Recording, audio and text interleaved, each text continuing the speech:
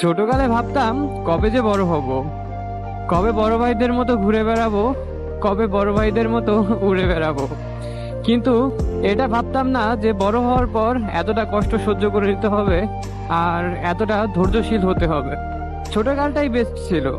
স্কুলে পড়তাম, স্কুলে যাইতাম, স্কুল থেকে আসতাম, প্রাইভেট পড়তাম, বন্ধুদের সাথে খেলাধুলা করতাম।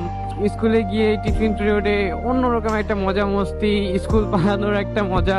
তখন লাইফটা অনেক প্যারা মনে হতো কি যে এই পড়াশোনার ভাল লাগে না, কবে যে পড়াশোনা শেষ হবে, কবে যে বড় হব, কবে যে বড় ভাইদের মতো উড়বো, ঘুরবো ফিরবো, বাইক নিয়ে এখানে যাবো ওইখানে যাইবো।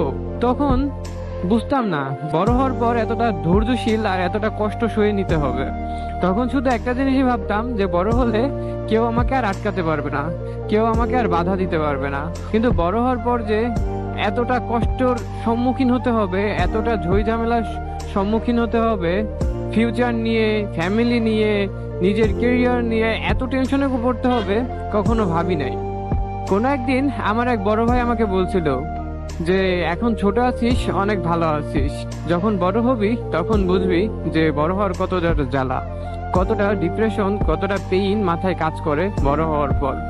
তো আমি তখন বলতাম কি যে বলো ভাই, এই যে ছোটকালে এই যে পড়াশোনা ভাই, এগুলো ভালোই লাগে না টোটালি, কিন্তু এই যে দেখো তোমরা কত সুন্দর ঘুরে ঘাড়ে বেড়াচ্ছ, কত না মজা লাগতেছে।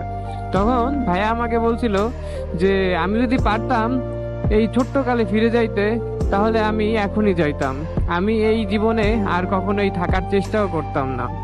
তখন বুঝতে পারি নাই যে ভাইয়া এই কথাটা কেন বলতেছে, বাট এখন বড় হওয়ার পর বুঝতে পারছি ভাইয়া ওই কথাটা ওই দিন কেন বলছিল আমাকে। এখন বড় হওয়ার পর আমি নিজেও ঠিক সেই জায়গাটায় আসছি, ঠিক ওই সময় আমার ভাইয়া যে জায়গাটায় ছিল। এখন বুঝতেছি যে বড় হইলে কত দায়িত্ব ঘাড়ের উপর এসে পড়ে। ফ্যামিলিকে নিয়ে টেনশন করা, নিজের ফিউচার নিয়ে টেনশন করা, টাকা পয়সা ইনকাম করতে হবে, বাড়ি করতে হবে, গাড়ি করতে হবে, না হলে গার্লফ্রেন্ড হাতছাড়া হয়ে যাবে। পড়াশোনা করে বয়স শেষ হয়ে যাচ্ছে, চাকরি পাচ্ছি না, বাবার বয়স হয়ে যাচ্ছে, মার বয়স হয়ে যাচ্ছে, এদিকে আমার চাকরি হচ্ছে না, আমার গার্লফ্রেন্ডের বিয়ে হয়ে যাচ্ছে, পছন্দের মানুষকে হারাইতেছি, চারিপাশ থেকে বন্ধু বান্ধব হাওয়া হয়ে যাইতেছে, একা হয়ে যাইতেছে। আসলে ভাই কতটা যে কষ্ট হয় এটা আসলে বলে বোঝানোর মতো ক্ষমতা নাই। এখন নিজের কাছেই মনে হয় যদি ছোটকাল ফিরে পাইতাম, আমি আবার ছোটকালে চলে যাইতাম। ছোটকালটা কত না সুন্দর ছিল।